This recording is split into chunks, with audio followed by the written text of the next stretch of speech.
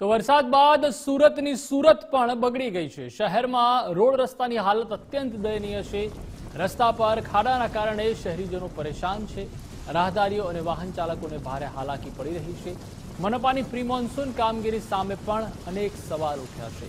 વરસાદ બાદ smart city Surat બની ગયું છે ખાડાનગરી। કમરતોડ ખાડાને કારણે નાગરિકો પરેશાન છે। તંત્રની પ્રી મોન્સૂન કામગીરી માત્ર ચોપડા પર જોવા મળી છે।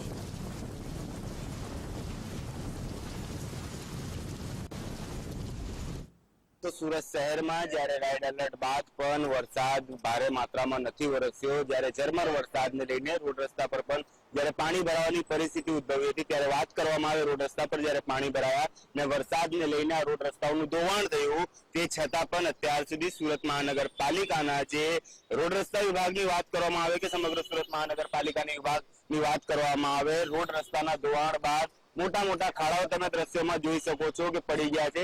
ત્યારે વાહન ચાલકોને મોટી સંખ્યામાં હાલાકીનો સામનો કરવો પડે છે। ત્યારે વાહન ચાલકો છે, આપણે એમની સાથે વાત કરીશું કયા પ્રકારની હાલાકીનો સામનો કરવો પડે છે અને સુરત મહાનગરપાલિકાને આપ શું કહેવા માંગો છો?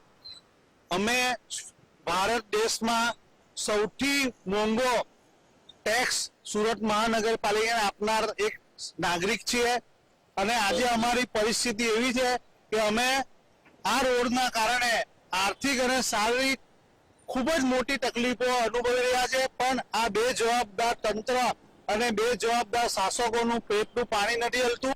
तो वो 20-25 दिवस से वो सामना करवा पड़े છે। आया 15-20 દિવસ आया खाड़ा છે। અમારું બસ સ્ટેશન આયા છે, અમે જગ્યા જગ્યા જાય છે પણ બહુ ખાડા છે, બહુ તકલીફ થાય છે, પેસેન્જરને બી ઈજા થાય છે। ખાલી આટલું મંટોળું નાખીને જતા રહે છે બસ। પછી અમે તો ટેક્સ ભરે છે ને। भाई अक्खा दिन कमर दुखने लगती है, एक एक गड्ढे पड़ते हैं, आगे का बिल कभी निकल जाता है, कभी वायरिंग फूट जाती है, कितना तकलीफ है।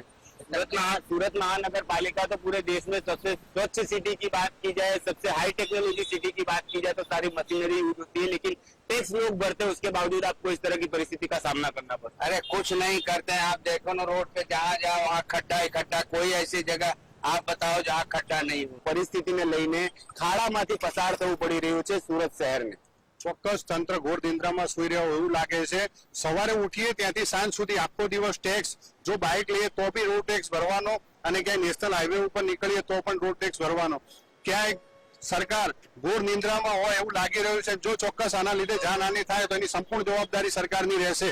અને મારી આપના માધ્યમથી એક જ કહેવાની જરૂર છે કે સાહેબ આ પ્રી મોન્સૂન કામગીરી ચોપડે ઉધારો છો તો કેમ રોડ રસ્તા રિપેર નથી થતા? ચોક્કસ આની કામગીરી કરો, નહીતર આવતા સમયમાં સરકારનું પરિવર્તન નિશ્ચિત છે। કે તમે જોઈ શકો છો સુરત ખાડામાં છે કે ખાડામાં સુરત છે એ ખબર જ નથી પડતી।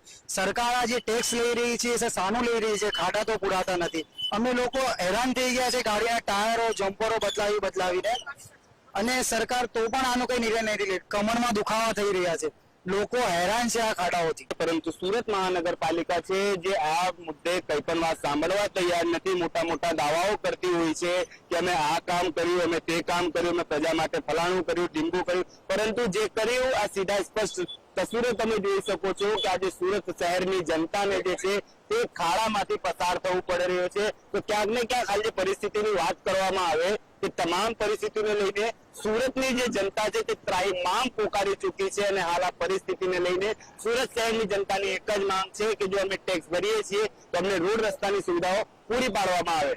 કેમેરામેન અજય કુમાર સાથે મિત્ર રાજપૂત, ગુજરાત પોસ્ટ, સુરત।